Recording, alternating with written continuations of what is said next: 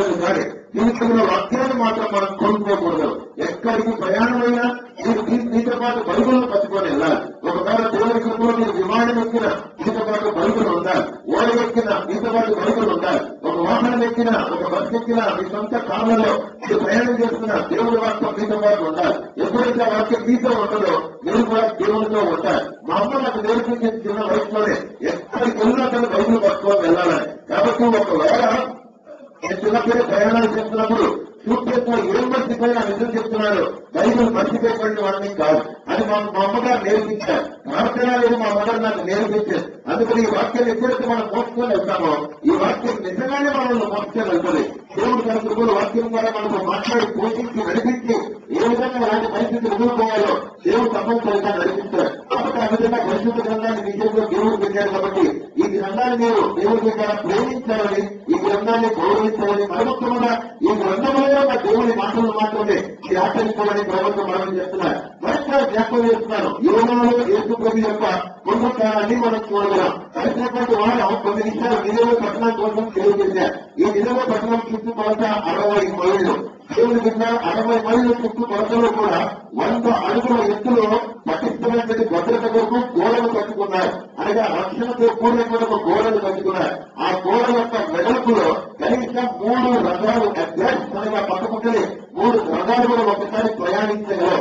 ఆ తర్వాత 100 అడుగుల గోడ ఎత్తులో పటిష్టమైనటువంటి భద్రత పట్టణం చుట్టూ వస్తుందంటే అందులో దేవుడు 200 అడుగుల ఎత్తులో వాళ్ళు కొన్ని దుర్గములను, స్తంభములను, టవర్స్ ను వాళ్ళు స్థాపిస్తూ వచ్చారు. అలాంటి ఎన్నో 1200 టవర్స్ ఉన్నాయి నిలవ పట్టణాన్ని కాయడానికి. లోపల ఉన్నటువంటి 6 లక్షల మందికి సరిపోయేటువంటి సమానమైనటువంటి మొక్కజొన్న పెరిగితే మొత్తం నిలవ పట్టణంలో ఒకసారి తిన్నా సరే సరిపడేటువంటిగా దేవుడు ఆహారాన్ని దేవుడు అక్కడ వచ్చారు. కాబట్టి ఈ సాయంకాలం ముందు అలాంటి భద్రతతో కూడినటువంటి నిలవ పట్టణం 1200 టవర్లు ఉన్నాయి 200 అడుగుల ఎత్తులో. ఆ తర్వాత శత్రువు లోపలికి రాకుండా 100 అడుగులు ఎత్తులో గోడలు కట్టుకుని ఉన్నాయి. కానీ దేవుడు చెప్పినటువంటి మాట నెరవేరుతుంది. ఏమని చెప్పారనగా 40 దినములలో నిలవ పట్టణం కాబోతుందని దేవుడు చెప్పారు. ఆ గోడలు, దుర్గములు, స్తంభములు ఇవన్నీ కూడా పనికి రాకుండా పోతాయి. దేవుడు నాశనం చేయబోతున్నాడని ఒకే ఒక సందేశం. తెలుగులో 6 పదాలు, ఇంగ్లీష్ లో 8 పదాలతో కూడినటువంటి సందేశాన్ని యోనా తీసుకొని వెళ్ళారు. అయితే మొదట సముద్రానికి వెళ్ళారు. ఇంట్రడక్షన్ 2 నిమిషాలు మాత్రమే తిరుగుతారు. నిలవ పట్టణానికి ఎక్కవలసినటువంటి ఓడని ఎక్కకుండా దర్శించినటువంటి ప్రాంతానికి వెళ్ళారు. చుప్ప అనేటువంటి ప్రాంతంలో దర్శించుకెళ్లారు. కానీ నిజంగా వెళ్ళారు. అయితే అధికారులు చూపించి ఓడల కడుపు బాగున్న కడుపు నిద్రపోతున్నారు కాబట్టి తుఫాన్ వచ్చింది. దేవుడి ద్వారా నావికులు మిగతా వాళ్ళందరూ కూడా కలిసి యోనా చెప్పారు, నేను సముద్రంలో పడేయండి అన్నారు. ఎట్టి సముద్రంలో పడేశారు. అప్పుడు తుఫాన్ ఆగిపోయింది. అద్భుతం. దేవుని యొక్క మాట చెప్పిన తుఫాను తన మాట విని దేవుని మాట. రెండవదిగా దేవుడు ముందుగానే కుటుంబాన్ని సిద్ధంగా ఉంచారు. కాబట్టి యోనా లోపలికి డ్రౌన్ అవుతూ ఉండగా, మునుగుతూ ఉండగా, ఎక్కడైతే దిగారో మధ్యకాల సముద్రంలో దిగుతున్నారో ఎగ్జాక్ట్లీ వాడే పర్ఫెక్ట్ టైమింగ్. ఆ దిగులో వచ్చి నోరు పరిచింది. నోట్లోకి యోనా వెళ్లిపోయాడు. ఆ నోట్లోకి వెళ్లిపోయి యోనా నిజంగానే నేను పాతాళంలోకి మొదలుపెడుతున్నాను అని అన్నాడు. ఒక విధంగా చెప్పాలి అంటే దేవుడి బిడ్డలారా ఎవరు కూడా పాతాళానికి వెళ్ళమో అనగా ఎప్పుడు నమ్ముకున్నటువంటి వారమో. రెండవదిగా పాతాళంలో ప్రార్థన చేస్తే దేవుడు వినరు, జవాబు ఇవ్వరు. మా కాలం లాంటి అనుభవాన్ని కలిగి ఉన్నాడు యోనా. మత్స్యం యొక్క కడుపులో 3 రాత్రులు 3 పగళ్ళు కూడా 2వ అధ్యాయంలో తాను ప్రార్థన చేస్తున్నాడు. ప్రార్థన చేస్తూ ఉండగా దేవుడు తన కొడుకుల ప్రార్థన విన్నాడు. ప్రార్థనకు జవాబుగానే యోనా జీవితంలో కాంటెక్చువల్ గా సందర్భంగా చెబుతున్నాడు దేవుడు ద్వారా తాను పునరుత్థానం అయ్యాడు. అనగా మత్స్యం కడుపులో తెచ్చిపోయినటువంటి వారితో సమానం. ఆ తర్వాత దేవుడు 3 రాత్రులు 3 పగళ్ళు గడవగానే మత్స్యములకు ఆధ్యాత్మించాడు. అది సముద్రపు ఒడ్డున కట్టివేయమని చెప్పి యోనాను తీసుకొని వచ్చి మత్స్యం దూరం చేసి బయటికి కట్టేసింది. యోనా లోపల నుండి కూడా వచ్చి సముద్రపు ఒడ్డున కొట్టాడు. కాబట్టి దీన్ని యేసుక్రీస్తు ప్రభువారు మత్తయి 12వ అధ్యాయం 16వ అధ్యాయం లూకా 11వ అధ్యాయంలో నా పునరుత్థానములకు ఒక సూచన ఆచరించిన గ్రంథంలో యోనా మత్స్యపు కడుపులో 3 రాత్రులు 3 పగళ్ళు ఉండి బయటికి రావడమే సూచన.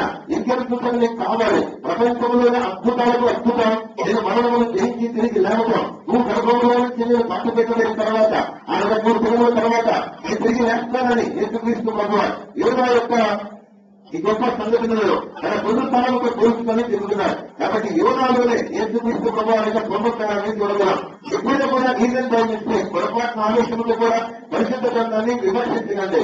మానవుని దేవుడు ఎంతగానో ప్రేమించేది రాసిన లేక ప్రేమ లేక ఈ పరిశుద్ధ గ్రంథం దీన్ని మనం విమర్శించకూడదు. అందులో చరిత్ర మాటలు కూడా రాయబడ్డాయి. వాటి వాటిని మనం తీసుకోవడానికి అవసరం లేదు. మామూలుగా మనుషులు మాట్లాడిన మాటలు కూడా రాయబడ్డాయి. ఆ మాటలు కూడా మనకు తప్పలేదు. దేవుడు ఏం మాట్లాడారు, రెండవదిగా తన సేవకులు దేవుని గురించి ఏం చెప్పారు, ఈ రెండు మాటలు మాత్రమే పరిశుద్ధ గ్రంథంలోకి తీసుకోవాలని ప్రేమతో మనవి చేస్తున్నారు. కొత్త నిబంధన గ్రంథం నెరవేర్పు అవుతే పాత నిబంధన గ్రంథం ఛాయలాగా ఉంది. యేసుక్రీస్తు ప్రకారం రాబోతున్నారని ఎన్నో ప్రవచనాలు, దృష్టాంతాలు, సంగతులన్నీ కూడా ముందుగానే ముగ్గురుగా దేవుడు పాత నిబంధన గ్రంథంలో రాయించాడు. అందుకని ఇన్ జోనా విస్తృత రిజర్వేషన్ ఆఫ్ క్రైస్ట్ యోగాలో క్రీస్తు యొక్క పునరుత్థానంలో చూడగలం. ప్రభుత్వంలో పెరిగినటువంటి వాళ్ళ 4 బలమైనటువంటి కారణాలు చెప్తారు. సమయానికి ముగించేస్తారు. ఎవరు కూడా అనవసరంగా ఇంకోటి చేస్తారు. దేవుడి యొక్క వాక్యాన్ని వినండి. ఎవరు ఎలా ప్రాణం పోగొట్టుతున్నారు యేసుక్రీస్తు వరకు ఈ టైం కూడా మనకు వివరించబోతున్నారు. వాక్యాన్ని చాలా జాగ్రత్తగా వినాలని కోరుతున్నారు. Reservation is an authentication of who Jesus was. యేసుక్రీస్తు ప్రభువారు ఏమై ఉన్నారు అని తెలుసుకోవాలి అని అనుకుంటే ఆయన కెపాసిటీని, ఆయన శక్తి సామర్థ్యాలను తన పునరుత్థానంలోనే మనం చూడగలం. ఇంకెక్కడ కూడా చూడలేదు. ఉదాహరణకు మాత్రమే చెబుతున్నారు. ఈ వ్యక్తి అంటే ఏంటో అది చూడాలనుకుంటే స్టేడియంలో దిగినప్పుడే ఆ ఆట కనపరుస్తాడు. లేకపోతే ఈ సేవకుడు స్టేజ్ మీద నిలబడితే ఎంత గొప్పగా ప్రసంగం చేస్తాడో ఆ వ్యక్తి స్టేజ్ మీద ఎక్కినప్పుడే ఆ వ్యక్తిని మనం చూడగలం. అదేవిధంగా ఈ ప్రవాక్యుడు తన చేతిలో కష్టములు పెట్టుకొని యుద్ధభూములు దిగినప్పుడే అతనిలో ఉన్న రోషం, పౌరుషాన్ని చూడగలం. రైతు మాత్రం మామూలుగానే ఉంటాడు అని అనుకుంటూ ఉంటాం. అదేవిధంగా దేవుడు ఉన్నారా యేసుక్రీస్తు ప్రభువారి యొక్క శక్తి సామర్థ్యాలను ఎక్కడ చూడగలము అనంటే యేసు ప్రభు యొక్క పునరుత్థానంలోనే చూడగలం. ఒకవేళ యేసు ప్రభు లాగా 6,000 మందో 30,000 మందో సిలువలో పడ్డారు. కానీ ఎవరిలో కూడా రక్షణ లేదు. ఎవరి రక్తంలో కూడా పవిత్రత లేకపోతే పరిశుభ్రత లేదు. యేసు ప్రభు మాత్రమే అంతగా రక్షణ ప్రార్థి చనిపోయారు. పరిపూర్ణ గొప్ప సంగతి ఏమీ కూడా తిరిగి వేసిన గొప్పవారు అవుతారు. కాబట్టి యేసు ప్రభు వారు మరణమును చేయించి తిరిగి వేశారు. కనుక ఆ పునరుత్థానమే యేసు ప్రభు ఏమైనా తన శక్తి సామర్థ్యాలను యేసు ప్రభు యొక్క పునరుత్థానం ప్రపంచానికి తెలియజేస్తుంది. 4 నిమిషాలు సాయంకాలం ముందు చెప్పి అవకాశం ఉంటుంది కొంచెం ముందుకు వెళ్ళి దేవుడి వాక్యాన్ని ధ్యానించుకున్నాం. దేవుడు కూడా కేవలం కొన్ని క్షణాలు మాత్రమే సమయం ఇవ్వండి. ఒకటి మాత్రమే రిపీట్ చేస్తారు. 39 కొరడా దెబ్బలు 463 మొత్తం ఒంటి మీద పడ్డాయి. అంటే ఒకదానికి 12 కోరు వారు ఉంటారు కాబట్టి 12 కొరడా దెబ్బలు, ఒకదానికి 12 కోరు వారు 39. కాబట్టి ఇది కోరు 463 వరకు ఒంటి మీద కొరడా దెబ్బలు పడ్డాయి. చేతుల్లో కాళ్ళలో గాయాలు మామూలుగా కాదు, నిజంగానే ఆయనకు పేదలు కొట్టారు. తల మీద ముళ్ళ కిరీటం, ఒళ్ళంతా నెత్తుకెళ్ళి అక్షరాల గుండెపడింది. లోపల ఎముకలు కనిపిస్తున్నాయి. గాయపడేటువంటి ఈ దేహంలో 60 సేపు నికోదం పడుతున్నటువంటి రక్తములు మాత్రమే కలిగించారు. ఎక్కడొచ్చినటువంటి రక్తంలో ప్రవాహించినటువంటి గ్రద్దలు మాత్రమే తీసేశారు. ఇంటర్నల్ ఊన్స్ మాత్రం అలాగే ఉన్నాయి. లోపల గాయాలు మాత్రం అలాగే ఉన్నాయి. ప్రభువు చనిపోయారు. తీసుకొని వెళ్ళి సాయంకాలం 5 గంటలు కూడా సూర్యాస్తమయం జరగకముందే సమాధి చేశారు. తీసుకొని వెళ్ళి సమాధి చేసిన తర్వాత యేసు ప్రభువు లోపల ఉన్నారు. 3వ రోజు పునరుత్థానమై తిరిగి లేచారు. బయటికి వచ్చారు. వచ్చినటువంటి వారు చెప్పారు దేవుడు జ్ఞాపకం మాత్రమే చేస్తున్నారు.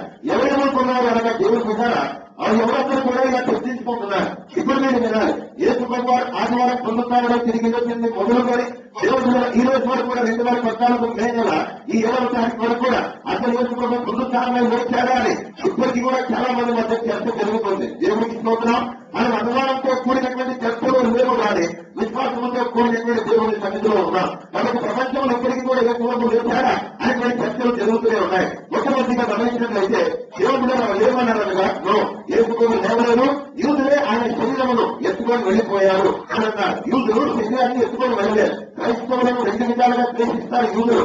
ఎందుకు ద్వేషిస్తారనగా ఒకటి దేవదూషణ చేసేది వీళ్ళే అని క్రైస్తవులను ద్వేషిస్తారు. అలాగే యేసు ప్రభువును అనుసరించేటువంటి వారిని. రెండవదిగా తప్పుడు కోడలు హెరసి పాలించేటువంటి వాళ్ళు వీళ్ళే ప్రపంచంలో అని యూదులు యేసు ప్రభువుని అనుసరించుకునే క్రైస్తవులను వాళ్ళందరూ కూడా ద్వేషిస్తారు. కాబట్టి క్రైస్తవులు ఈ విధంగా ద్వేషించేటువంటి యూదులు ఉంటుండగా దేవుడు ద్వారా వాళ్ళెందుకు యేసు ప్రభు యొక్క దేహములు తీసుకొని వెళ్ళి తిరిగి వేశారని చెప్పుకొని క్రైస్తవులకు అవకాశం ఇస్తారు. యేసు ప్రభు పునరుత్థానం తిరిగి వేస్తాడని అర్థమవుతుందో నాకు తెలియదు. దేవుడికి నా జ్ఞానం అనుభవించింది కాక.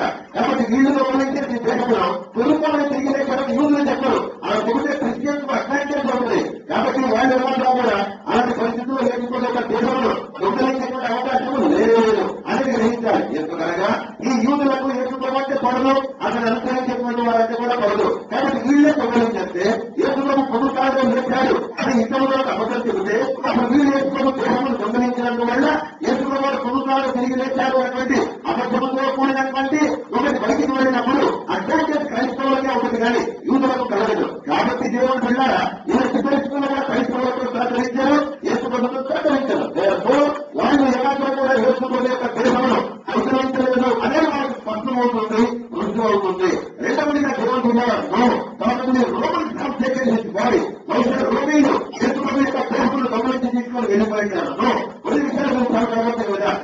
రోమిలు దొంగలించేటువంటి అవకాశం లేదు.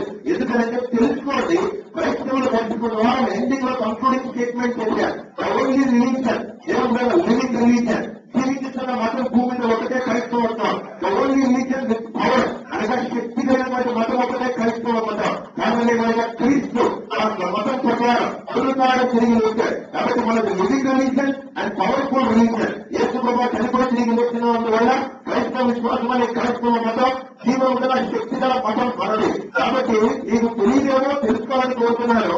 ఆ కాలంలోనే రోమా సామ్రాజ్యం ఎలాంటి రాజ్యం అనగా 1200 సంవత్సరాలు ప్రపంచాన్ని శాసించినటువంటి దేవుడు కూడా ఈ ప్రభుత్వం రోమా సామ్రాజ్యం ఆ కాలంలో జ్యోతి పరుస్తూ 15 సంవత్సరాలు వెస్ట్ బెంగాల్ పరిపాలించారు. 9 సంవత్సరాలు 10 సంవత్సరాలకు దిగ్విజయ్ సింగ్ మధ్యప్రదేశ్ ను ముఖ్యమంత్రిగా పరిపాలించారు. రాజశేఖర రెడ్డి 7 సంవత్సరాలు పరిపాలించారు. అందరికంటే ఎక్కువగా మన ఆంధ్రప్రదేశ్ రాష్ట్రాలు చంద్రబాబు నాయుడు 9 సంవత్సరాలు పరిపాలించారు. అయితే వీళ్ళందరూ 10 సంవత్సరాలే రాష్ట్రాలను దేశాలను బహుశా పరిపాలించి ఉంటారేమో. కానీ దేవుడు బిడ్డలారా, రోమిలు 1200 సంవత్సరాలు ప్రపంచాన్ని పరిపాలించారు. ఇది కాకుండా పేపర్ రూమ్ అనగా వ్యాటికన్ సిటీ. ఇప్పుడు పోప్ ఫ్రాన్సిస్ ఎక్కడైతే ఉన్నాడో అలాగే ఇప్పుడు పోప్ జాన్ పాల్ ఉన్నారు. దేవుడు బిడ్డలారా, రోమ్ వ్యాటికన్ సిటీలో ఉన్నటువంటి పేపర్ రూమ్ 700 సంవత్సరాలు ప్రపంచాన్ని పరిపాలించింది.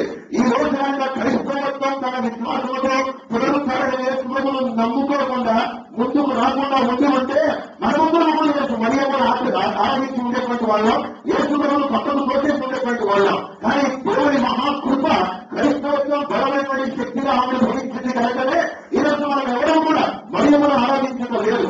700 సంవత్సరాలు పేపర్ రూమ్ పరిపాలించింది. సో 12 సంవత్సరాలు ప్లస్ 700 సంవత్సరాలు పేపర్ రూమ్ కలిపితే 1900 సంవత్సరాలు. అబ్రహాం మొదలుకొని యేసుప్రభువుకు 2000 సంవత్సరాలు, యేసుప్రభువు మొదలుకొని మనవరు కూడా 2014 సంవత్సరాలు. ఈ 4014 సంవత్సరాల చరిత్రలో సగానికి సగం పైగా రోమిలో పరిపాలించారు. దేవుడికి స్తోత్రం ఒక మాట చెప్పారు. క్రైస్తవత్వం ఎప్పుడైతే యేసుప్రభువు పునరుత్థానం మీద ఆధారపడి ఏ పునరుత్థానం తిరిగి లేచాడు అని నమ్మిందో ఏమీ గుర్తింపు లేనటువంటి క్రైస్తవ మతం ఈ బలమైనటువంటి రోమా సామ్రాజ్యాన్ని 2 ముక్కలుగా చివరి చేసి పడేసింది. అంటే ఇంత గొప్ప రోమా సామ్రాజ్యాన్ని క్రైస్తవత్వం ఆయుధాలు లేకుండా రోమా సామ్రాజ్యంలో ఒక్కొక్కరు దేశ దారిద్ర్యంతో పెద్దదాకా పర్సనాలిటీ వేసుకొని రోమా సైనికులు ఎలా ఉంటారు, ప్రపంచాన్ని పరిపాలించిన కెపాసిటీ వాళ్ళకుంటే దేవుడు పెట్టాల వాళ్ళనే క్రైస్తవుల చేతిలో ఏమీ ఆయుధాలు లేకుండా సామాన్యమైనటువంటి జీవితంలో అది శక్తివంతమైనటువంటి ఎత్తుకునే పొందుతాన శక్తిని బట్టి రోమా సామ్రాజ్యాన్ని 2 ముక్కలుగా చేసి పడించారు క్రైస్తవులైనటువంటి వారు. ఆ తర్వాత ఈవెంచువల్లీ కార్యక్రమంలో ఏం జరిగిందంటే రోమా సామ్రాజ్యమే నాశనమై చచ్చిపోయింది. కాబట్టి రోమా సామ్రాజ్యం తిరిగిపోవడానికి, రోమా సామ్రాజ్యం పతనమవడానికి, రోమా సామ్రాజ్యం అంతరించుకోవడానికి, అసలు రోమా సామ్రాజ్యంలో చచ్చిపోవడానికి కారణం ఎవరంటే ప్రపంచంలో క్రైస్తవులు మాత్రమే. ఒక మాట చెబుతుంటున్నారు, మోడీ దేవుడు బిడ్డారా ముఖ్యమైన తీసేసేదేమో హాలగా గుజరాత్ లో అని అనుకుంటూ ఉన్నాడేమో. ఒకే కన్వీనెంట్ నోటాలు హాలిడే గుడ్ ఫ్రైడేలో హాలిడేగా మోడీ తీసివేసినంత మాత్రాన యేసు ప్రభు దేవుడుగా ఉండకూడదు. మరొక విషయం గ్రహించారు. రెండవదిగా వచ్చిన తర్వాత ప్రతి క్రైస్తవ తల్లి కూడా హిందూ సాంప్రదాయాల ప్రకారం జరగాలనేటువంటి చట్టము వచ్చినా సరే దేవుడు తన ప్రజల కన్నా ఏమైనా తిరిగితే దేవుడు ఖచ్చితంగా కలుగ చేసుకుంటాడు. నేను తాకిన వాడు నాకు కట్టి పాపలు తాకినట్లే ఉన్నాడు. సంఘం దేవుడికి వస్తే మాత్రం దేవుడు ఎన్ని పరిస్థితుల్లో ఊరుకోడు. ఎందుకో తెలుసా, ఒక తల్లి కన్నటువంటి గుడ్డను నిత్యము కాపలా కాస్తూ ఉంటది. తన కౌగుల్లో హత్తుకొని బిడ్డకు పాలిస్తూ పెంచుకుంటూ నిత్యము తన ఒడిలో కొడుకోబెట్టది. ఎన్ని సార్లు మధ్యలో ఒక తల్లి వేసి పాలించి పిల్లలు ద్వేషించడంతో నిద్రపోతుంటే పిల్ల ప్రాణం అడుగుతుంది కదా అని ఏ తల్లి నాకు తెలిసి విసుక్కోదు. ఎన్నోసార్లు వేసి బిడ్డను కాపాడుతూనే ఉంటది. ఆ విధంగా పాలిచ్చే తల్లి బిడ్డలు అంత ప్రేమించి కాపాడుతుంటే తన కుమారుడు స్వరక్షమించినటువంటి సంఘాన్ని దేవుడు ఎంత కాపాడతాడో ఒక్క ఆలోచించగలగాలి. తల్లి పాల కంటే పరిస్థితి చేసుకోబోయే రక్తం. కాబట్టి దేవుడు బిడ్డారా అలాంటి సంఘాన్ని దేవుడు నిత్యము కాపాడుతూనే ఉంటాడు. ఎవరు ప్రధానమంత్రి పదవి మీద కూర్చుంటే మనకేంటి, కూర్చోకపోతే మనకేంటి, అలా దేవుడు మాత్రం మహాత్మా జీవనం అనేది గ్రహిస్తారు. కాబట్టి రాత్రికాలం అన్నట్టు గొప్ప విశ్వాసం మనలో ఉండాలి. ఏ ఆయుధాలు లేకుండానే రోమ సామ్రాజ్యాన్ని ముక్కలు చేసుకోవాల్సింది క్రైస్తవత్వం. ఏ ఆయుధాలు లేకుండానే తమ పునరుత్థాన శక్తి ప్రభువు మీద ఆధారపడి ఉన్నటువంటి విశ్వాసంతో కమిట్మెంట్ తో ఈ క్రైస్తవులు రోమ సామ్రాజ్యాన్ని అంతమంది చేశారు. అనగా లేకుండా చేస్తారు. ఇప్పుడు రోమ సామ్రాజ్యం ఎక్కడ కూడా కనిపించదు. కనిపించకుండా పోవడానికి చచ్చిపోవడానికి వాళ్ళ కారణం ఏంటంటే క్రైస్తవులు ఎలా చేయగలిగారంటే పునరుత్థానాన్ని యేసుక్రీస్తు ప్రభువాన్ని వాళ్ళు నమ్ముకున్నారు. కాబట్టి అందుకనే దేవుడు ద్వారా రోమిని ఎత్తుకొని వెళ్ళిపోలేదు. ఒకవేళ రోమిని ఎత్తుకొని వెళ్ళిపోతే క్రైస్తవులు అలా దూరం పోయాక ఈ దేవుడు యొక్క యొక్క పొందుతాడు తిరిగి వేసిన నమ్ముతున్నారే ఈ యేసుప్రభు పొందుతాడు లేదు. ఆ దేవుడు నేను దాచేశాం, ఇదివే దేహంలో చూసుకొని కావాలని చెప్పి యేసుప్రభు శవాన్ని పెట్టి మొదలుపెట్టి మొత్తం ముక్కలు కింద క్రైస్తవం నడుచుకునేటువంటి వాళ్ళు ఎవరు రోడ్లు ఒకవేళ యేసుప్రభు దేహం వాళ్ళ దగ్గర ఉండేదో వాళ్ళు యేసుప్రభు దేహాన్ని వాళ్ళు తీసుకొని భద్రపరచలేదు, తాగలేదు. తాగేసి ఉంటే క్రైస్తవులు చెప్పలేదు, వాళ్ళు తాగలేదు, ఎవరు భద్రపరచలేదు. యేసుప్రభు వారు పొందుతాడు తిరిగి వేశారు కాబట్టి ఆ శక్తిని వారు క్రైస్తవులు నింపుకొని రోమా సామ్రాజ్యాన్ని అంతమొందించేశారు. కనుక మీ విశ్వాసం జగత్తినారు, ఇతర వాళ్ళు ప్రభావితం చేయగలిగారు. ఏమనుకోగానే నాకు ఎక్కువగా తను క్షమించండి దయచేసి ఎవరో ప్రశ్నించిన మాట్లాడలేదు, కానీ నార్మల్ క్రిస్టియన్స్ కనిపిస్తారు. పవర్ఫుల్ క్రిస్టియన్స్ నేను చాలా తక్కువగా చూశాను. ఎవరిపడితే మాట్లాడగలరు, కొంతమంది చూశారు. ఏ ఊళ్ళో చెప్తే మీరు తెలియకపోతారు, కానీ నేను చెప్పలేదు కొన్ని ఊళ్ళలో కొంతమంది చూశాను. ఎవరిస్తారు మాట్లాడుతుంటే ప్రజలు ఆకర్షింపబడుతూ ఉన్నారు. అది వినాలి వాక్యం. ఇది పవర్ఫుల్ క్రిస్టియన్స్, శక్తివంతమైన క్రైస్తవులు ఉండాలి. నార్మల్ క్రిస్టియన్స్ గా నార్మల్ క్రిస్టియన్స్ అందరూ ఉంటారు. ఎత్తుకెళ్తారు, వస్తారు, కానుకలు వేసుకొస్తారు, ప్రార్థనలు చేస్తారు, ముక్కులు వేసుకుంటారు. ఇవన్నీ కూడా కాదు దేవుడు కావాల్సింది, కేవలం భక్తి మాత్రమే. కానీ శక్తి లేదు. అత్యంత కావాలి కానీ శక్తి లేదు. అంటే దేవుడు పెట్టారా వెరీ ఫైర్ పవర్ఫుల్. మనలో భక్తి అనిపిస్తుంది కానీ శక్తి అనిపించలేదు. పరువు తాగడం కలుగుతుంది. మనం రోమా సామ్రాజ్యంలో అయినటువంటి ఆ శక్తిని అంతా కూడా పొడగొట్టగలిగారు. సైతాలు భూతములను మనం నాశనం చేయగలిగారు. అలాంటి కార్యములు గొప్ప కార్యములు చేయగలిగారు. ప్రభుత్వం ప్రియమైనటువంటి వాళ్ళ ఈ రాత్రికాలంలో ఆ విధంగా రోమీలు నిజంగానే పతనమైపోయారు. వారి రాజ్యం అంతా కూడా ముక్కలైపోయాయి. మూడవదిగా ఉమెన్ ఎక్కువ అనగా ఎవరైతే ఇప్పుడు జాగ్రత్తగా వెళ్ళాలని కోరుతున్నారు, ఎవరైతే దేవుడుకున్నారో స్త్రీలు అనగా యోహానా కృష్ణ అర్థమైన మరియ వేరొక మరియ ఈ నలుగురు కూడా యేసుక్రీస్తు ప్రభువుని చూడటానికి సమాజం దగ్గరికి వెళ్ళారు. మూడవదిగా ఏమంటారంటే రోమన్నారా ఎత్తుకుని జరగలేదు, వాళ్ళు స్త్రీలు మాత్రం వేరే సమాజం దగ్గరికి వెళ్ళారు. అంటే అసలైన సమాజం దగ్గరికి వెళ్ళకుండా వేరొక సమాజం దగ్గరికి వెళ్ళారు. ఆ సమాధి ఖాళీ ఉంది కాబట్టి సమాధి ఖాళీ ఉంది కనుక యేసు ప్రభు పొందుతున్నారని తిరిగి వేశారని ఈ స్త్రీలు ప్రచారం చేస్తున్నారు. నాకు రైత్యం అని యేసు ప్రభు సమాధి చేయబడిన సమాజానికి వెళ్ళలేదు, కానీ యేసు ప్రభు సమాధి చేయబడని వేరొక సమాధి ఖాళీగా ఉండగా అక్కడికి వెళ్ళి ఖాళీ సమాధిని చూసి యేసు ప్రభు పొందుతున్నారని తిరిగి వేశారని ఈ స్త్రీలు తప్పుడు ప్రచారం చేస్తున్నారు. కాబట్టి యేసు ప్రభు తిరిగి లేవలేదని నేటి వరకు కూడా యేసు ప్రభు యొక్క పునరుత్థానంలో అనుమానించినటువంటి వాళ్ళు ప్రపంచంలో చాలా మంది కూడా ఉన్నారు.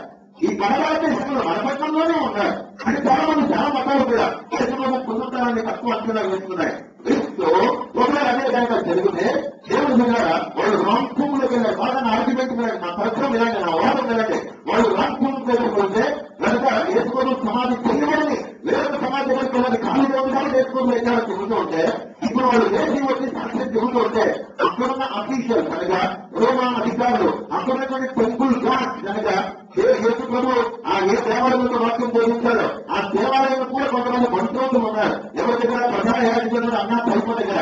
కాబట్టి వేల మంది వందల మంది యేసు ప్రభు సమాధిని కాపలా కాస్తున్నారు. అక్కడున్నటువంటి టెంపుల్ గాడ్స్ అందరూ కూడా వీళ్ళు ఖాళీ సమాధి చూసి ఎవరికైనా సమాధి చూసి యేసు ప్రభు వచ్చారని చెబుతూ ఉంటే యేసు ప్రభు వచ్చారా ఇది వేరే సమాధి దగ్గరికి వెళ్ళారా ఇన్వెస్టిగేట్ చేయకుండా ఉండరు, దర్యాప్తు చేయకుండా ఉండరు. ఖాళీ సమాధిని స్త్రీలు చూసేసి యేసు ప్రభు లేచాడని అందరికీ చెబుతూ ఉంటే అవునా అని ఎవరు సమాధి దగ్గరకు వెళ్ళి మీరు ఖాళీ సమాధి యేసు ప్రభు లేచాడని చెబుతున్నారంటే అక్కడున్నటువంటి వందల మంది టెంపుల్ గాడ్స్ అనగా దేవాలయం యొక్క పరిశోధకులు కానీ రోమా సైనికులు కానీ రోమా అధికారులు కానీ రెండవదిగా దేవుడు ప్రధాన యాజకులైన అన్న సైనికులు కానీ ఆ తర్వాత ఇంకా మతపెద్దలు కానీ సమాజం ఎవరితో చూసేసి వీళ్ళు చెబుతూ ఉంటే దర్యాప్తు చేయకుండా ఉండటానికి బుద్ధి జ్ఞానం లేనటువంటి వాళ్ళు కాదు. కారణం బైబిల్ చెబుతుంది రోమా సామ్రాజ్యం యొక్క అధికారంతో కూడినటువంటి ఒక ముద్ర యేసు ప్రభు సమాధికి వేయబడి ఉంది. కనుక వాళ్ళు రైతులు రాష్ట్రమైనటువంటిది కాదు. వేరే సమాజం దగ్గరికి వెళ్ళి అది ఖాళీగా ఉంది కాబట్టి యేసు ప్రభు లేఖడానికి తీరు చెప్తున్నారని కాదు. మనుషులు దర్యాప్తు చేయడం లేదా ఈ కాలంలో మనమే ప్రతి విషయాన్ని కూడా దర్యాప్తు చేస్తూనే ఉన్నాం. ప్రతిదీ కూడా ఇన్వెస్టిగేట్ జరుగుతూనే ఉంది. వాళ్ళు ఖచ్చితంగా ఇన్వెస్టిగేట్ చేసి ఇది కాదు సమాధి ఇది అని చెప్పినటువంటి వాళ్ళు. కాబట్టి ఆ సమాధి కాదు ఈ సమాధిలోనే మేము సమాధి చేస్తే రోమా ముద్ర వేసి ఉన్నాం. ఇప్పుడు ఆ సమాధి ఖాళీగానే ఉంది. మూడవదిగా ఆలోచించినా సరే యేసు ప్రభువును తిరిగి రావలేదు. స్త్రీలు తప్పుడు ప్రచారం చేస్తున్నారు. వేరే సమాధిని చూస్తే లోపల ఖచ్చితంగా సింపుల్ లాగి చెబుతున్నారు. దేవుడు పెట్టారా ఇన్వెస్టిగేషన్ దర్యాప్తు జరిగి ఉండేది. అంటే దాని అర్థమైతే ఖచ్చితంగా యేసుక్రీస్తు ప్రభువు ఏ సమాధిలో పార్టీ పెట్టబడ్డారో ఆ సమాజం నుంచి ఎదుగుతున్న వారు తిరిగి లేచారు. ఇక 4వది చెప్తాను, కొంచెం దేవుని మీద ఒళ్ళ మీద కూర్చొని దేవుని యొక్క వాక్యం విన్నట్టుగా మీరు వేయాలని కోరుతున్నారు. డోంట్ రిలాక్స్ అంటే 5వ వేగం రిలాక్స్ చేసుకున్నాం. ఈరోజు ఎన్నికలు జరిగాయి, ఎదురు ఖాళీగానే ఉన్నాం. ఆటలు జరిగిన జరగకపోయిన సాయంకాలం సరదాగా దేవుని సన్నిధిలో కూర్చున్నాం. అందరినీ చూద్దాం, అందరినీ కలుద్దాం. ఎదురు ఇంట్లో ఖాళీగా ఉండదు, ఉద్యోగం లేదు, వ్యాపారం లేదు, ప్రతి కొట్టు కూడా మూసివేయబడింది. వ్యాపార సంస్థలు, విద్యా సంస్థలు, ఆ తర్వాత ప్రభుత్వ కార్యాలయాలన్నీ కూడా మూసివేయబడ్డాయి. ఖాళీగా ఉన్నాం, లేదా సరదాగా నశించుకున్నాం. ఓకే, అలా వచ్చినా పర్లేదు. అలాంటి వాళ్ళు ఉన్నారు. ఎవరు గమనించడానికి వచ్చే వాళ్ళు ఉన్నారు, ఎవరు పలకరించడానికి చూసుకోవడానికి వచ్చిన వాళ్ళు కూడా ఉన్నారు. అసలు మాట్లాడండి, అలాంటి వాళ్ళు కూడా ఉన్నారు. కానీ దేవుడిని ప్రేమించిన వాళ్ళు కూడా కొందరు ఉన్నారు. ఎవరు ఏ ఉద్దేశంలో వచ్చినా దేవుడు మాట్లాడుతున్నారు వినాలని కోరుతున్నారు. ఇప్పుడు ప్రయత్నిస్తున్నారని కోరుతున్నారు దేవుడు బిడ్డారా. తర్వాత ఏమన్నారు తెలుసా? లేదు లేదు కదా. అలాగైతే డిసైపుల్స్ తెలుసుకోవాలంటే వాడే శిష్యులు మాత్రం ఆయన దేవుడు దొంగలించి ఉంటారు. మొదటిగా ఏమన్నారు? యూదులు దొంగలించి ఉన్నారు అన్నారు. ఏ విధంగా ఆలోచించినా యూదులు దొంగలించలేదు. రెండవదిగా రోమీలు దొంగలించి ఉంటారు, దొంగలించి చెబుతున్నారు ఎక్కడ పొందుతారని నిర్ణయించారు. అది కూడా సాధ్యం అవ్వలేదు, లాజికల్ గా చెక్ అవ్వట్లేదు. మూడవదిగా ఉమెన్ అందరైన సమాజంలోకి వెళ్ళకుండా వేరే మామూలు సమాజం ఖాళీ సమాజానికి వెళ్ళి ఆ ఖాళీ సమాజంలో చేసుకోవడం దగ్గర అంటున్నారు. వాళ్ళు దర్యాప్తు చేసుకుని ఉండడానికి బుద్ధి జ్ఞానం లేనటువంటి వాళ్ళ ప్రపంచాన్ని పరిపాలించినటువంటి గొప్ప వ్యక్తులు రోమీలు. కాబట్టి అది కూడా కాదు. 4వదిగా చివరికి ఏం చేయాలో తోచక యేసుప్రభు యొక్క పునరుత్థానాన్ని మంటలు చేద్దామని అనుకున్నటువంటి వాళ్ళు చివరికి ఏమన్నారంటే, లేదురా వాళ్ళు జీవిత కూడా ఉన్నారు కదా, వాళ్ళ కళ్ళంతా ఏదో మ్యాజిక్లు చేసి అద్భుతాలు చేశారు కదా. కాబట్టి శిష్యులు బాగా ఆయన మత్తుకున్నారు, వెన్నంటి ఉన్నారు, 300 సంవత్సరాలు అనుసరించారు. కాబట్టి ర్యాంకో పెంచుకున్నారు, రిలేషన్షిప్ పెంచుకున్నారు, వహిస్తున్నారు. కాబట్టి ఆ సెంటిమెంటల్ ఫీలింగ్ వాళ్ళకు పోట్లేదు. కాబట్టి అంతగా ప్రేమించారు. తమ ప్రభు చనిపోతే రాత్రి శనివారం రాత్రి వెళ్ళిపోయి ఆయన దేహములు బోధకులు రద్దీ యొక్క దేహములు తీసుకుని ఎక్కడో దాచి పెట్టేసి తమ శిష్యులే ఎక్కువ లేకని ప్రపంచానికి ప్రచారం చేస్తున్నారని చెప్పి చివరిగా ఆ అసత్వము ఆ ప్రచారాన్ని ఆ యేసుప్రభు శిష్యుల మీద మోపారు.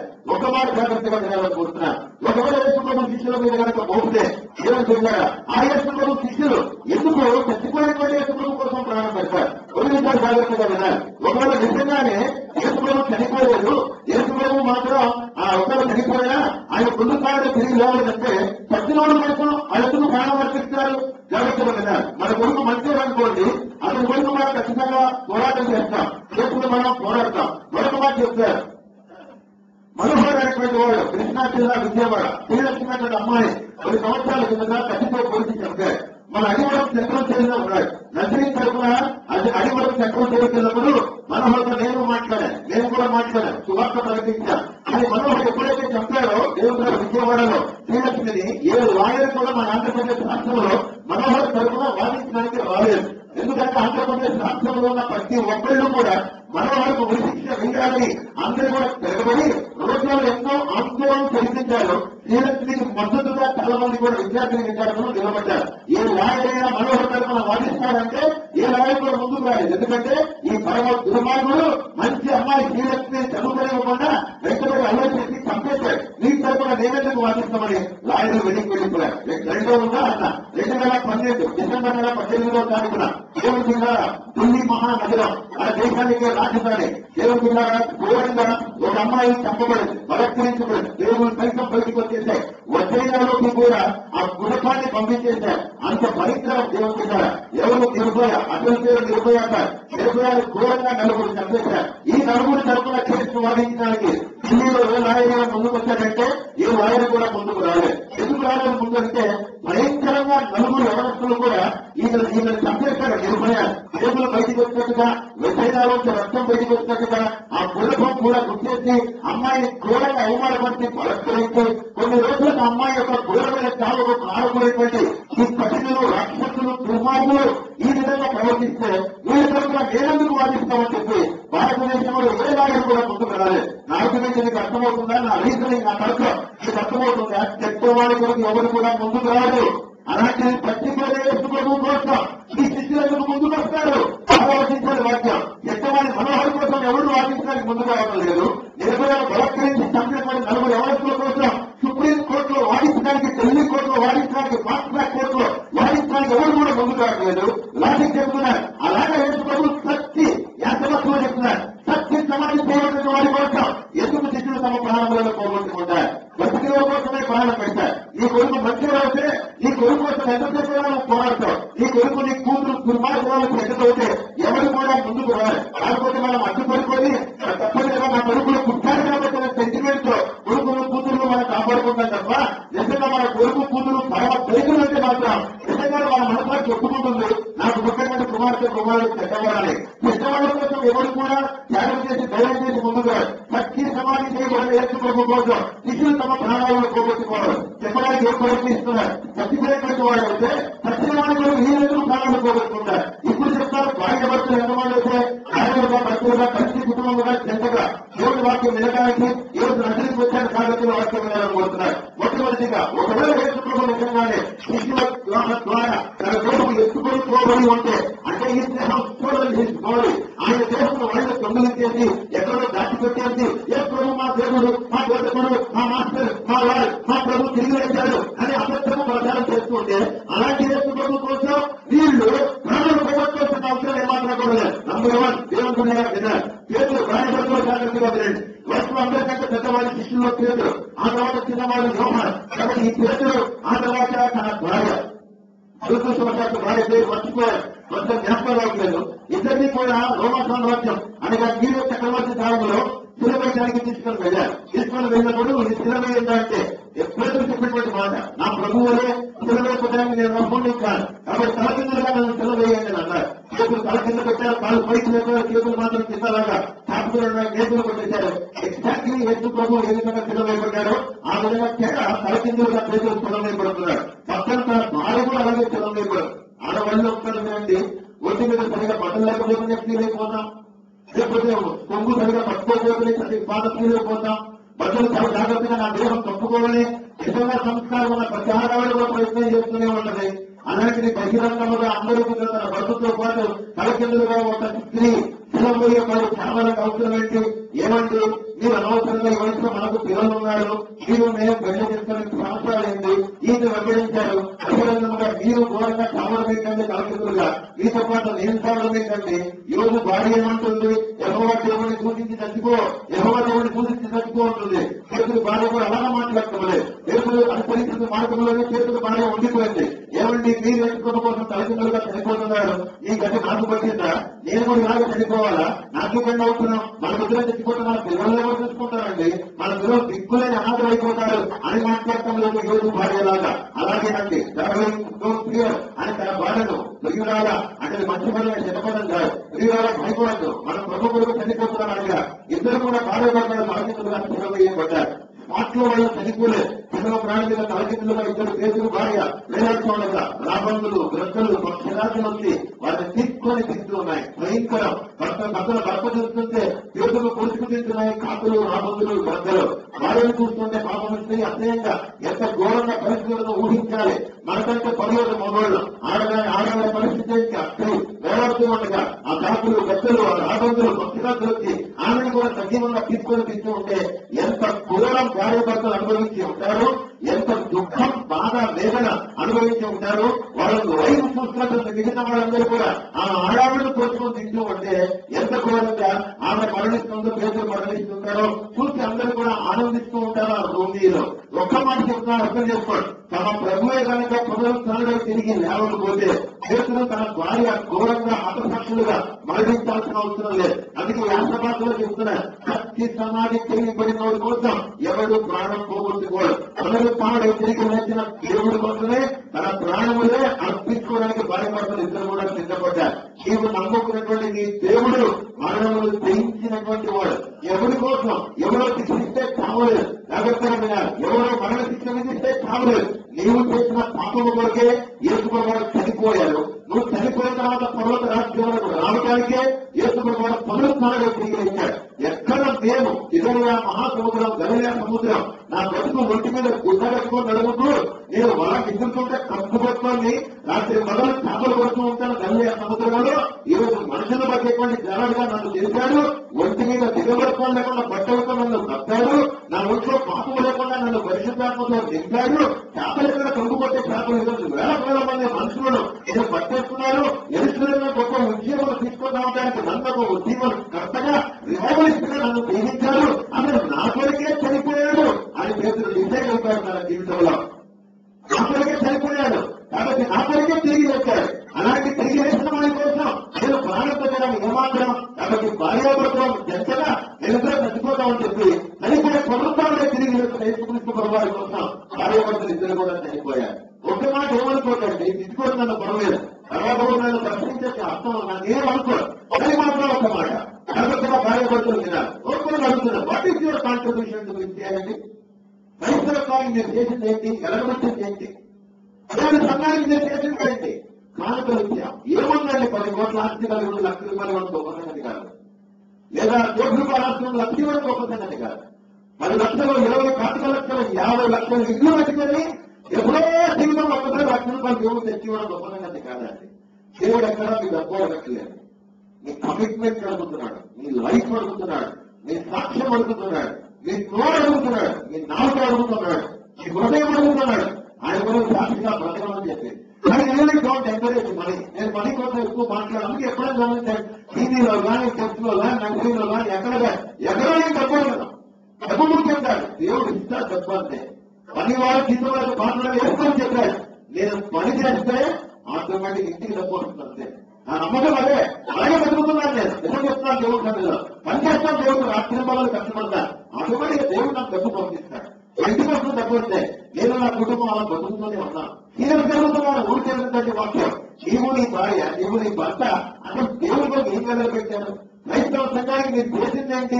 ఫ్యాన్లు వేసాము, ఆ రెక్కల మీద 3 రెక్కల మీద నీ పేర్లు రాసుకొని ఉంటావు. ప్రెసిడెంట్ కోసం ప్రకారం, బహుకరించింది కోసం ప్రకారం 3 రెక్కలు నీ పేరు మీద తిరుగుతూ ఉండాలి. ఒక లైట్ ఇస్తావు, లైట్ మీద నీ పేరు రాస్తావు. ఒక కుర్చీ ఇస్తావు, 500 రూపాయలు కుర్చీ, కోడి కుర్చీ, ఆ కుర్చీ మీద నీ పేరు రాసేసి మీరు బహుకరించిన వాడు కోసం ప్రవేశం కాకుండా ప్లాస్టిక్ కుర్చీలు, లైట్లు, ఫ్యాన్లు, లేకపోతే దేవుడి మీద ఇలాంటివన్నీ దేవుడికితే మీరు దేవుడికి గొప్ప పేరు చెప్పుకున్నారు. 10 రూపాయలకి 10 సార్లు చెప్పించుకున్న వాళ్ళు ఉన్నారు. ఏంటంటే చెప్పు ఒకటి చెప్తుంది, లోపల 100 మనం చెప్తుంది. 10 రూపాయలకి కోడి 10 రూపాయలకు 10 సార్లు పేరు చెప్పించుకొని ఉన్నారు. ఉడిపోతే వేసింది ఎలా తెలియకుండా నేర్చుకోవడం చెప్తుంటే నువ్వు ఇచ్చే 10 రూపాయలకు 10 సార్లు నీ పేరు చెప్పించుకుంటావా? ఆలోచించగలగా ఏమవుతున్నాడు దేవుడు? మొదలు పడుతున్నట్టు భార్యగా ప్రస్తుతం దేవుడికి ఏమి ఇచ్చాం అన్నది దేవుడి ద్వారా అన్ని సత్యాలు ఇవ్వకుండా ఏమవుతారు? అప్పుడు ప్రస్తుతాన్ని ఇచ్చి ఏం కోరుకున్నారు? ఆలోచించుకోవడం వచ్చారు. ఎవరు చనిపోతున్నాడండి?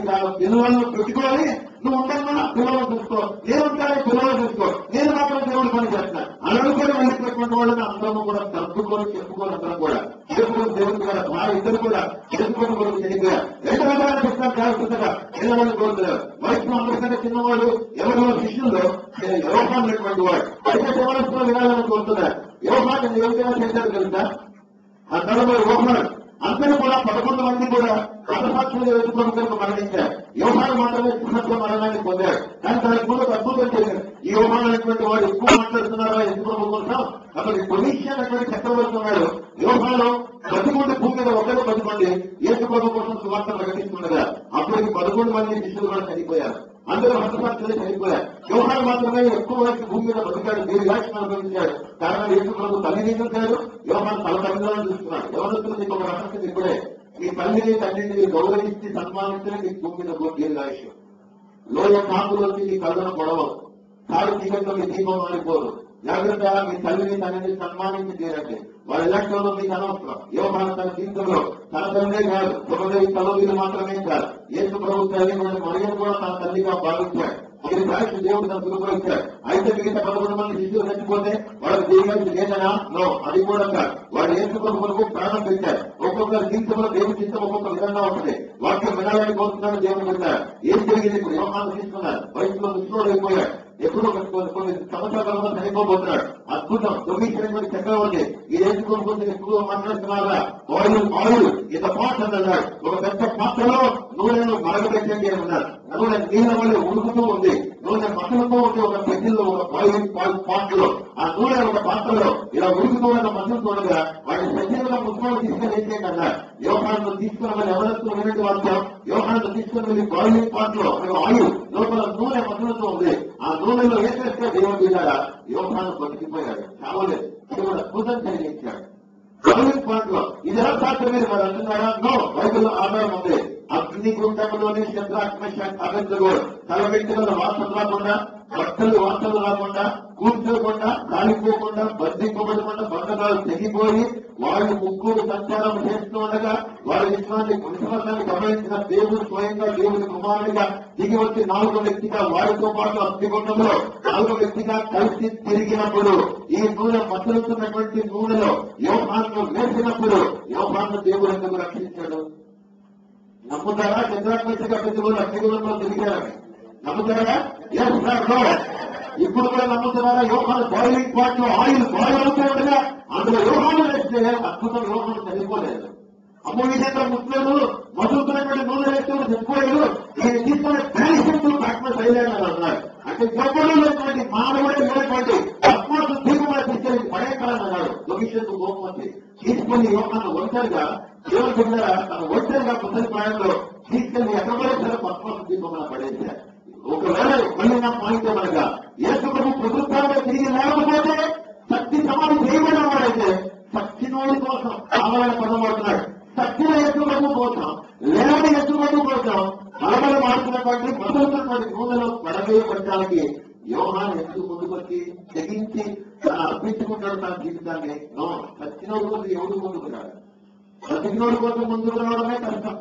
ఇక సత్యనోడి కోసం ఎవడు ముందుకు వస్తున్నాడంటే అలా చేసుకుని సత్య సమాధి చేయబడితే ఈ యువకులే సత్యకుడు కోసం వేరే బాయిలింగ్ ఆయిల్లో ఆ పాటలు మునగాడు. ఎదురు నా ప్రభు సత్యాలు పోయాడు లేదు ఆయన కోసం ఎందుకు కొట్టాలి? మనం అనుకోలేదు ప్రభు గురించి. నా ప్రభు తిరిగి తెచ్చాడు. ఆయన కోసం ఎంతైనా చచ్చిపోవడానికి రెడీ. ఏ స్కోరాన్ని బాయిలింగ్ పాటలో నూనె బతుకుతున్న అందులో ఉడుకుతున్న పడుకున్న నూనెలో వేసి ఆయన సిద్ధపడ్డాడు. లోపల వేసాడు కానీ అద్భుతం ఏమి జరగలేదు. వండుతూ ఉన్నప్పుడు ఏదైనా ఫ్రై చేసుకుంటే వేపుతుంటేనే ఒక్కసారి నూనె వేసి నా ఇంట్లో తుల్లి పడుతుంటేనే అప్పుడు అనుకొని దాని మీద నీళ్ళు వేసేసి పర్మాలు వేసేసి నాకు గెటపిచ్చేసి నూనె పడింది చేయగలిపేదో నా బొబ్బలు చూపించేసి నూనె పడింది చేయగలిపేదో ఎంత ఇది చేస్తూ ఉంటాము. ఆయిల్ పాటలు లోపల యోహాను అయితే భయపడలేదు. నా లాజిక్ మీకు అర్థమవుతుందా? యేసు ప్రభు చనిపోయి నా కోసం తిరిగి వేశాడు కాబట్టి ఆయన కోసం నేను ప్రాణం పెట్టిన గొప్ప సంగతి కాదని చెప్పి యోహాను దేవుడి గారు జీవితంలో తెలియచాడు. యేసు ప్రభు వరకు ఆ దూరంలో చచ్చిపోవడానికి కూడా సిద్ధపడ్డాడు. కానీ అతనికి ఉన్నటువంటి విశ్వాసం కమిట్మెంట్ దేవుడు గమనించి ఏం చేశాడంటే చంద్రాక్షగా సర్దుకోడు అగ్నిగుండంలోకి బయటికి తెచ్చినట్టుగా యోహాను కూడా దేవుడు బయటికి తీసుకువచ్చాడు. సహజపడడానికి భక్తం దిగున్న యోహాను కూడా మనం చూస్తాం. మూడవదిగా జాగ్రత్తగా వినాలి. అతని సహోదరుడు ఎవరున్నారు? మరొక యాకోబు ఉన్నాడు. ఈ యాకోబును ఎలా చంపారు? కానీ కాలం గడ్డుగా ఉంది, అందరూ చూడలేరు. ఆవిడ గమనించాలని కోరుతున్నారు. యాకోబు ఎలా చంపారు తెలుసా? సాధారణంగా చెక్కను ఎలా పోస్తారు? ఇలా గొడవగా పడుకోబెట్టి అడ్డంగా ఒక చెక్కను కర్రను పోస్తారు. దేంతో రంపుతాం. యెషయా అనేటువంటి ప్రవక్తను ఎలా పోతారు? ఒక చెట్టు త్వరలో పడుకోబెట్టేసి లోపల పడుకోబెట్టి పైనంతా కూడా చెట్టు చంపుతుందన్నమాట. మొత్తం అది త్వర అంటే ఖాళీగా ఉంది. ఊళ్ళ హాలో లోపల ఏమీ చదవలేదు. పిచ్చిపోయినటువంటి చెట్టు అందులో పడుకోబెట్టేస్తారు. ఎవరిని? ఈ యెషయా పడుకోబెట్టేసి ఒక కత్తి తీసుకొని అర్థంగా యెషయాను పోసేశారు. లోపల పడుతున్న యెషయా 2 ముక్కలుగా పాత్రికల కాలంలో యెహోవా దేవుని కొరకు అంతర్సాక్షిగా చెప్పారు. అయిపోయిన వినండి. అర్థంగా యెషయాను పడుకోబెట్టి పోస్తే యాకోబు అనేటువంటి యేసు విషయాన్ని ఇలా నిలబెట్టారు. యెషయాకైనా పైన చెట్టు ఉంది. చెట్టు త్వరలో యెషయా పడుకున్నాడు. యాకోబు మాత్రం సజీవంగా నిలబెట్టి రంపు తీసుకొని పై నుండి దిగి మధ్యకు వస్తారంటే అర్థంగా కాదు, నిలువునా పోతారు. Disciple James was on length wise. Length wise అంటే నిలబెట్టి నవరికి చూడండి. తల మీద రంపు పెట్టి ఈ కళ్ళు పోయడం చాలా కష్టం. ఎవరికైనా బ్రెయిన్ ట్యూమర్ వస్తే, బ్రెయిన్ ప్రాబ్లం ఉంటే తల పగలు కొట్టి నిదానంగా కోసి తీస్తారు. పోస్ట్ మార్టం ఇష్టం లేదు. పోస్ట్ మార్టం ఇష్టపడి కష్టమని ఒక తుట్టితో కొడితే ఇది ఒక్కటి వాళ్ళంటే కష్టమని వేస్తారు అన్నమాట. అందులోంచి కొన్ని తీసుకొని తీస్తారు పోస్ట్ మార్టం కొరకు. దానికి మనం ఫీల్ అయిపోతున్నాం. ఒక శవానికి పోస్ట్ మార్టం చేసిన దగ్గర చూసారు పోస్ట్ మార్టం. దానికి అమ్మో అన్నట్టు సత్యుడికి పోస్ట్ మార్టం జరుగుతుండే. ఇక యాకోబు నిలబెట్టి పైన పెద్ద రంపం పెట్టి వెంటకల మధ్యలో తలను రకరకాల కూరలు కోసారు. కోస్తే ఇలా కట్టవుతూ ముఖాన్ని కోసారు. ముక్కు 2 ముక్కలు అయిపోయాయి.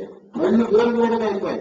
పెదవులు వేరైపోయాయి. కళ్ళు కోసుకొని కింద గడ్డమంతా కూడా కోసారు. ఇలా కింది కూడా కోసి యాకోబులో 2 ముక్కలు చేశారంటే నిలువున కోసి నమ్మకంతో 2 ముక్కలు చేశారు.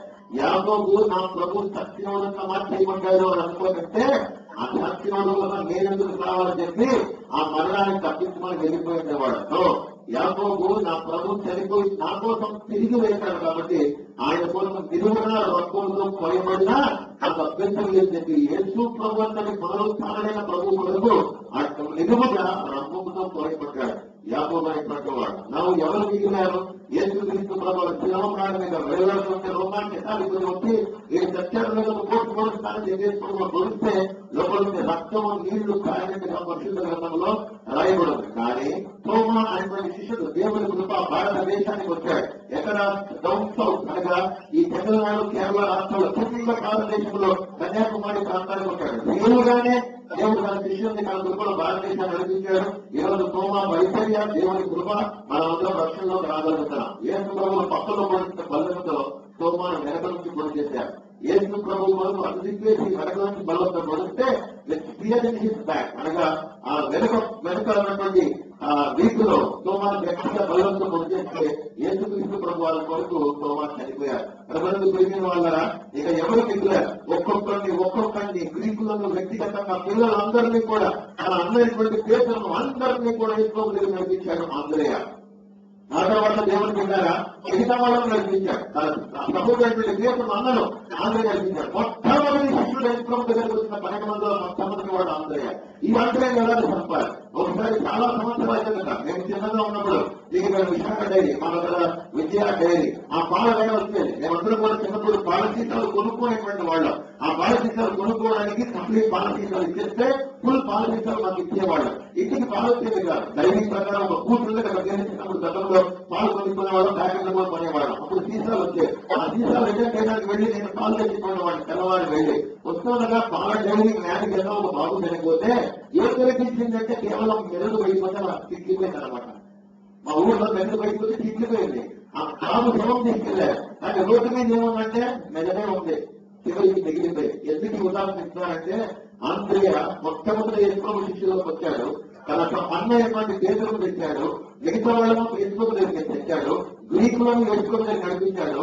500 2 చెంపలు పంచి పెడితే అద్భుతం ఆ బాబు ఉన్నాడు, చిన్న బాబు. ఆ బాబును ఆంధ్రయ్యని యేసు దగ్గర నడిపించాడు. నీలాగా అలాగా పర్సనల్ ఇవాంజలిజం చేసి ఎన్నో ఆత్మను రక్షించి యేసు నడిపించాడు. ఆంధ్రయ్యను పట్టుకొని చంపుతామని నాకు అలాగే చెప్పండి అన్నారు. కయ్యేను హేబేలును పొలంలోకి వెళ్దాం పదా అని చెప్పి ఏ ఆయుధం అయితే వాడి హేబేలును కొట్టి చంపాడు కయ్యేను అనేటువంటి ఆయుధంతో యాకోబు తల మీద సజీవంగా కొడితే యాకోబు తలలో నుంచి మెదడు బయటకు వచ్చి ఎత్తుకోవడం కోసం చచ్చిపోయాడు. గొప్ప మాట. కాలు నొప్పండి, చెయ్యి నొప్పండి, నడుము నొప్పండి, ఒళ్ళు నొప్పండి, జ్వరం అంటే ప్రార్థన చేయండి. ఏం పెద్ద లెక్కలు మెదడు బయట తెచ్చుకుంటారా? వెనక నుంచి పొడిపించుకుంటారా? నిలువుగా రక్తంతో పోయించుకుంటారా? వీటికే నా ప్రార్థన అవసరం. ఆశ్చర్యం అనిపిస్తుంది. జాషువాలో యేసుప్రభు యొక్క విక్టోరియస్ వైపును వస్తే మనం వినబోతున్నాం. యెహోషువలో యేసుప్రభు యొక్క జయ జీవితాన్ని చూడబోతున్నాం. యోనమైన పునరుత్థానం, ఇస్సాకులైన మరణం, వెలుగులో యాజకత్వం, దావీదులో రాజత్వం, మోషేలో అయిన ప్రవక్త యొక్క పరిచర్య, ఒక్కొక్కరి జీవితాల్లో పాత నిబంధనలు యేసుప్రభును చూస్తున్నాం. ఒక్క మాట, చిన్న రోగానికి లెటరా పొందిస్తున్నాం. సమస్య తీయాలని ఏమనుకోతాం? రేపు పొద్దున మోడీ వస్తాడు, ఖర్చు పెడతాడు సీతం మీద. నిలబడతాం యేసుప్రభు కోసం. అలా ఎప్పుడు జరుగుతుంది. ఏం జరుగుతుంది? ఒక మాట చెప్తాను, తీసుకోండి, వదిలేసేవాడు వదిలేదు. నేనేం చేయలేను. పరిశుద్ధాత్మని మాత్రం ఆత్మలో ప్రార్థిస్తున్నాను. ఈ మాటలు మీ జీవితంలో ముద్రించాలి. దేనికైనా సిద్ధపడండి. ఎందుకంటే ఏం చెప్పలేదు. దేనికైనా సిద్ధపడండి. Only prepared person on earth is a Christian. సిద్ధపాటు కలిగినటువంటి వాడు దేనికైనా సై అనేటువంటి వాడు కలిగిస్తాడు. దేనికైనా సై అంటే వెళ్ళమంటే వెళ్తాను నీకోసం, ఎక్కడికైనా వెళ్తాను, చివరికి మరణానికి ఎలా ఉన్నా నీకోసం వెళ్తాను. నా లాజిక్, నా రీజనింగ్ ఏంటంటే, నా ఆర్గ్యుమెంట్ ఏంటంటే, దేవుడు వెళ్ళారా చనిపోయి సమాధి చేయబడిన ఒక చచ్చిన మనిషి కొరకు వీళ్ళు చాలా ప్రాణులు అర్పించుకోరు. తమ ప్రభువు చనిపోయినా తిరిగి లేచాడు, పొందుతాడు, లేచాడు, ఇప్పటికీ జీవిస్తున్నానని నమ్మే తెగించి వారి ప్రాణములు యేసు ప్రభు కొరకు పనంగా పెట్టి వాళ్ళు మతసాక్షులుగా మరణించారు. అది దుర్గాక్ష, అది పునరుత్థానం. ఇంటికి ఒక మాట ఊరికి అందరికీ ఫోన్లు చేసేసి చీటీలు రాసేసి ప్రతి చిన్నదానికి ప్రార్థన, ఒక ఆవిడ ఉంది, నిజంగా చెప్పిన దేవుడి దగ్గర ఒళ్ళు మండుతుంది. ఏమైనా దానికి ఈ రోజు మా బాబుకు బయాలజీ ఎగ్జామ్ ప్రారంభం చేయకండి, ఈరోజు ఇంగ్లీష్ ఎగ్జామ్ ప్రారంభం చేయకండి, ఇంగ్లీష్ ను ప్రారంభం చేయకండి, మ్యాథ్స్ ను ప్రారంభం అంటే మీ కొడుకు రోజు పరిస్థితులకు నేను ప్రారంభం చేయాలి. ఈ తర్వాత ఏమంటే హాలిటికల్ వచ్చింది, దానికి కూడా ప్రారంభం చేయకండి. పరీక్షలన్నీ అయిపోయిన వస్తే బాబు బాగా రాస్తుంది, ప్రారంభం చేయకండి. రిజల్ట్ ప్రాబ్లం ఉంది, రేపు బాబు రిజల్ట్ ప్రాబ్లం ఉంటే ప్రారంభం చేయకండి. మాకు ఇదే పని మీరు పిల్లల కోసం. చివరికి మీ పిల్లలు చదువుకుని ఉద్యోగాలు సంబంధించి అమ్మాయిని తిరుగుతాడు, మేము మోకాళ్ళు లేదు మీ పిల్లల కోసం ప్రార్థన చేసుకుంటాం. సంఘానికి తీరిక మీరు వాడుకుంటున్నారు. నేను నవ్వాలని చెప్పట్లేదు సార్, మీరు నవ్వాలని నవ్వించాలని కనిష్మాలని కూడా నవ్వుతారు, మోకాళ్ళు చెప్తున్నారు. నవ్వాలని చెప్పట్లేదు, వాక్యం ఆలోచన రోషం ఉండాలి కొంచెమైన. ఇలాంటి ప్రభువులు మనం నమ్ముకున్నప్పుడు తమ దేవుని ఎరిగిన వారు గొప్ప కార్యములు చేస్తారు, బలము కలిగి గొప్ప కార్యములు చేస్తారు. ముఖ్యంగా ఏసు ప్రభు మనం ఎరిగి ఉంటే నాకైతే ఒక గొప్ప కార్యం చేసి దమ్మున్న దేవుడి కోసం దమ్ము కలిగిన కార్యం చేశాను అని కూడా చెప్పాలి. అది దేవుడి కోసం చాలా చేయాలి. చేతగానే నమ్మకం జీవితం అక్కర్లేదు. ఏసు ప్రభు కోసం నిలబడాలి. నా ఏసుప్రభు నా కోసం చనిపోయాడు, తిరిగి లేచాడు, అందుకని నా ప్రభువు కొరకు అహర్నిశలు నేను కష్టపడుతున్న రాత్రి పనులని ఈ జీవితంలో చేసి చూపించాలి. ఎంతకాలం అడుగుకుంటాను ఇంకా దేవుడిని కోసం ప్రాణమే పెట్టాడు. నువ్వు సింపుల్ గా పోకాలు చేసి నా రోగం నన్ను కష్టపడిన అడుగు, కష్టపడ్డాలు ఏమంటుందా ఎందుకో తెలుసా, అసలు నీకు నీ రోగం తీసేయాలని అమ్మా నేను దెబ్బలు పొందానంటాడు. నేను పక్క రావడానికి నేను దెబ్బలు పొందాను. ఎవరి ప్రాంతంలో నీకు చెప్పుతాం, మనం ప్రార్థించినా నేను జవాబిస్తానని దేవుడు అనుకుంటే ఇంకా వేరే వాళ్ళ ప్రాంతాల మీద ఆధారపడుతున్నాం. ఎవరో సహాయం చేయాలి, ఎవరే మనకు డబ్బులు ఇవ్వాలి. ఎందుకంటే ఇవన్నీ అసమానం డబ్బులు వెళ్ళిపోతూ అవసరం చెప్పుకుంటూ పరిచయం చేయడం 100% ఏ దేవుడిని రక్షకుడు నమ్ముకున్నావో అసలు నువ్వు మరణం అనేటువంటిది జయించడమే భూమి మీద ఇంపాసిబుల్, అసంభవం, అసాధ్యమైన దాన్నే నువ్వు లేచి సాధ్యపరిచావు, మరణాన్ని జయించావు. అలాంటి నిన్ను నా గుమ్మలో రాసుకున్నా, నువ్వు నా కార్యం జరిగించంటే ఇందులో ఉన్నవాడు కార్యం జరిగిస్తాడు. ఆమె నడుపుకొని వీటి నడుపుకోవాల్సిన అవసరం లేదు. విజయమ్మ దగ్గరికి డబ్బులు ఇస్తుంది అన్నారు, అలాగే విజయమ్మ ఇచ్చి 4 డబ్బులు ఇచ్చి అని రిమోట్ కూడా ఉంటున్నారా ఒకటే చెప్తారు. ఏదవసరం ఎవరికి కావాల్సిన అవసరం లేదు. ఏమైనా అడగండి, విజయం ఎలక్ట్రిక్ ఇవ్వండి, విజయం ఎదగండి. ఏంటి విజయం నేను అడగాలి, జగన్ వచ్చినప్పుడు అడగను, ఓపెన్గా చెప్తున్నారు. ఏ కూడా జగన్ సాక్షి ఉంటున్నారా, జగన్ అక్కర్లేదు నాకు. ఎవరికి రానివ్వండి కాక ఒక పౌరునిగా ప్రేమిస్తాను జగన్, అందులో డౌట్ లేదు. ప్రార్థన చేస్తాను అసలు కుటుంబం క్షేమం భద్రత కొరకు. ఎందుకంటే నాన్నగారిని పోగొట్టుకున్నాడు, ఆ నాన్నగారు మంచి సేవ చేశారు, రాష్ట్రంలో డౌట్ లేదు. సాక్షిదారులు నాకు ఉంది. ఒక క్రైస్తవ కుటుంబంలో పెరిగాడు, వాతావరణంలో పెరిగాడు, జగన్ డౌట్ లేదు. ఖచ్చితంగా ప్రార్థన చేస్తాం. కానీ ఏ మనుషులు నేను అడుక్కోలేదు, అడగను కూడా. నీకు తెలియదు, నేను చెప్తున్నాను వినండి. నా ప్రొఫెషన్ లో ఎంతో మంది సేవకులు మనకు ఎన్నికలు లక్షలు సంపాదించారు. అటు తెలుగుదేశం, ఇటు వైఎస్ఆర్సీపీ, కాంగ్రెస్, ఏ దేశంగా మంత్రులు అందరికీ ఒక్కొక్క సేవకుకి 1000 రూపాయలు వచ్చేసాయి. అవసరం లేదు ఏమంటున్నారా, మొదలు పాడలేటువంటి ప్రభువును నమ్ముకున్నప్పుడు ఆ ప్రభు మండలం ప్రాణమే పెట్టారు. మనం డబ్బులు నమ్ముకుంటున్న కాలంలో ఏసు ప్రభు శిష్యులు ప్రాణాన్ని వేసుకోవడం కోసం కట్టేశారు. ఎంత తేడాలు బతుకుతున్నామో ఆలోచించేటువంటి శక్తి మీకుంటే ఆలోచించండి. దేవుడే మీకు సహాయం చేయగలగాక. ప్రేమల తండ్రి ఇష్టపడిన వాక్యం ఫలించినట్లు దీవించాడు. బలపరచండి ప్రభు. నార్మల్ క్రిస్టియన్స్ గా మేము ఉండకుండా పవర్ఫుల్ క్రిస్టియన్స్ గా ఉండడానికి పైకి మాత్రమే చూపించకుండా ఎవరిని చూపించడానికి సహాయపడైంది. భక్తి కాదు ప్రభావ, కేవలం శక్తి చేత నింపండి. అనేకులను దర్శించి పునరుత్థానమైన ప్రభువులకు తమ దేవుని ఎరుగువారు బలము కలిగి గొప్ప కార్యములు చేస్తారు అనేటువంటి మాట మీరు నెరవేర్చాలి. ప్రభువును రక్షకుడు చేసి గురించి వారి పరిశుద్ధ నామం ప్రార్థించి వేడుకుంటున్నాం.